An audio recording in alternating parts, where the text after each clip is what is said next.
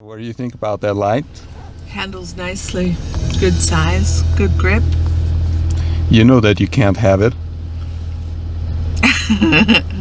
It's already mine. It matches everything I have. The glasses and the purse, yeah. Yeah, it matches my bag. Yeah, but it's perfect. too powerful for you. You can't have it. Oh gosh. Try to take it. Here we go. That's the big problem with this light. It's too beautiful and it's too red. It might get stolen from you. A walk in the park, a step in the dark. Let's see how this light does in terms of drawing attention. I think it does pretty well.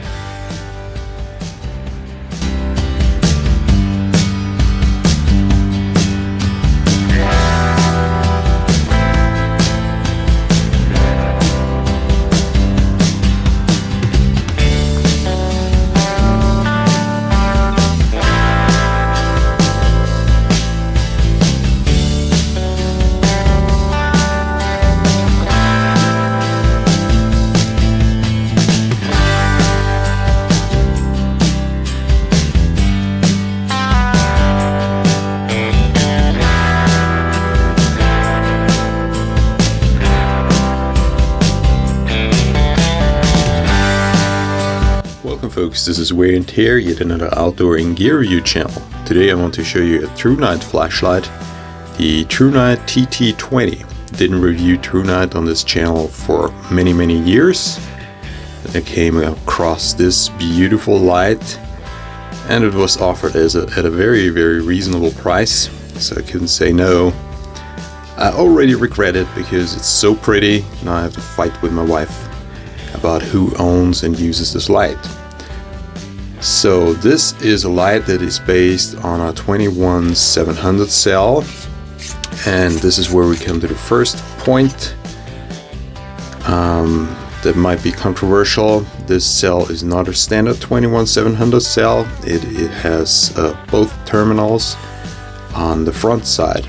It also has it on the back side, but you see you have minus and plus here on the front side. So you cannot use a standard 21700 cell in this flashlight unless you modify the cell. That means you would have to bring the negative terminal here in this area so it can make contact on the inside. So you would have to improvise to run a normal 21700 cell in this flashlight. Now that is a big disadvantage in a lot of people's mind. I understand that, but there are also many positive qualities. Yeah, you can charge this flashlight with USB-C, 2 amps. It's pretty fast. It's pretty easy to charge this light. This is another downside, by the way.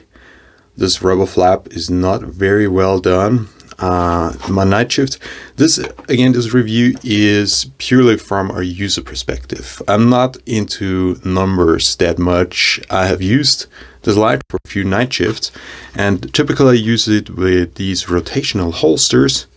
So that means I'll holster the light just like that, holster it.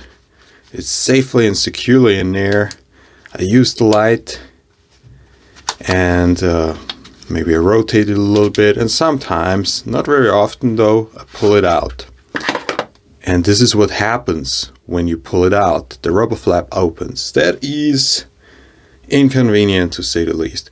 So for hard outdoor use, you should actually use duct tape or something to seal that thing up to make sure it is really covered all the time. Now, this is basically what is negative about the light. So the proprietary battery perhaps, which can be worked around in a pinch, and the rubber flap over the charging port. But other than that, from using this light in a couple night shifts, I have to say it is pretty awesome. First of all, the tactical tail switch, that's a forward clicky. It only serves one purpose: full power. Whenever you push this button, you have full power. Absolutely panic proof. And then we have the side switch. Long press brings you into a beautiful low mode. If you just press it, it comes on with the last mode saved. And then you actually ramp it up and ramp it down. You can ramp it all the way to 2500 lumens, about 2500 lumens. If you double press, it goes to 2500 lumens. So you can operate all the functions of the flashlight with the side switch. And the tail switch only serves one purpose. Slight press, it goes off, and now turbo. Or if you turn it on here with the side switch, and then you push the rear button, turbo. So only one function on the rear button on the tactical tail switch, and all these more sophisticated functions are accessible here through the side switch. You have this clip. It's a double-sided clip. You can go either this way or that way. I like the clip a lot. It's very well done on this flashlight. And if you bring it in this position, then the side switch is covered, which will prevent accidental activation. So I like it a lot. The beam profile, the beam pattern, as you'll see in my night shots, is a general purpose all-round beam pattern. It's good close up, but it gives you some throw. It's not a thrower, it's not a floodlight, it's pretty well in between. So yeah, the flashlight in itself, it's a high quality flashlight. It has all the bells and whistles that we have come to expect, except active temperature control. This light runs really, really hot on turbo. In my opinion, it doesn't have a temperature control at all. It has a step down, it gradually steps down, but it holds up the maximum brightness for quite a while. If it goes down, then it goes down so gradually it's hardly noticeable. It runs really, really hot. It gives you the maximum output for as long as it possibly can. But again, in my opinion, no active temperature control, and it doesn't tell you that it has that feature.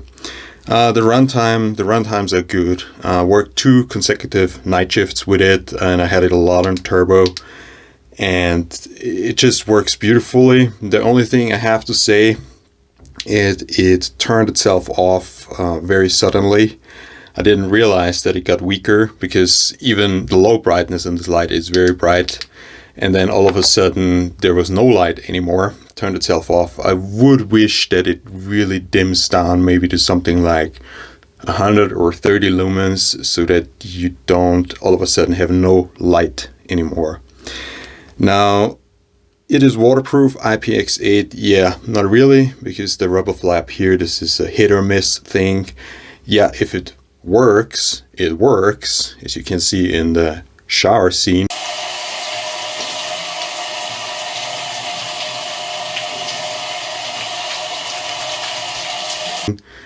But again, you should make sure that this is actually properly sealed.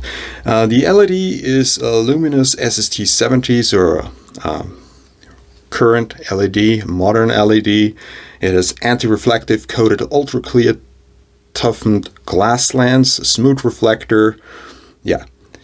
Anyways, the anodization is awesome. I already, the light fell to the ground. I cannot even see where it hit the ground. There should be some little chip on the front. Yeah, it's a very good light. It's definitely, for the price I get it for like $50, it is an awesome deal. Still prefer the Workhorse FC12 for my night shifts. It's a little bit more compact. It doesn't give as much output, but it does the rubber flap right. And it's also a little bit smarter here in the front, because it is angled. So when it falls, when it hits the ground, this angle just helps to protect it. And it also has active temperature control, which is really handy when I just leave it on without thought.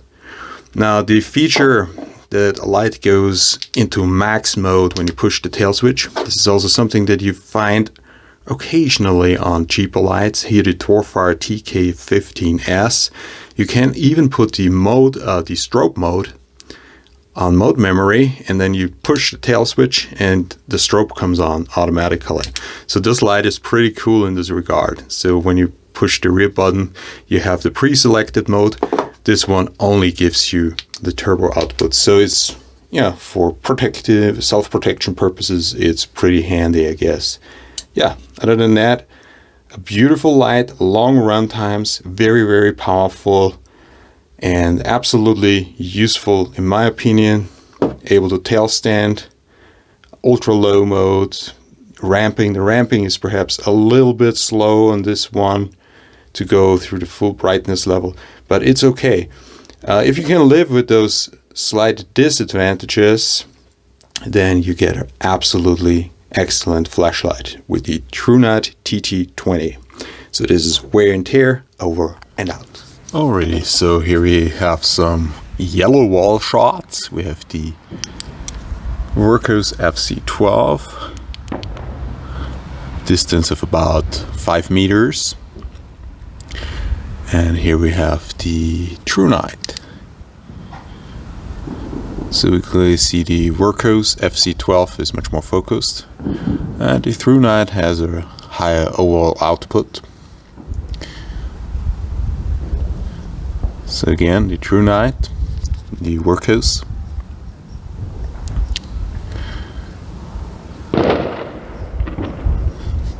So the Workhorse is a little bit warmer in terms of light color. It's a cold white light that goes a little bit more towards neutral white. And yeah, the Thrunite has a good all-round beam. Definitely a good throw, but quite soft, quite floody also at the same time. So I would say it's a typical mid-range flashlight. Good all-round beam, nice for many purposes.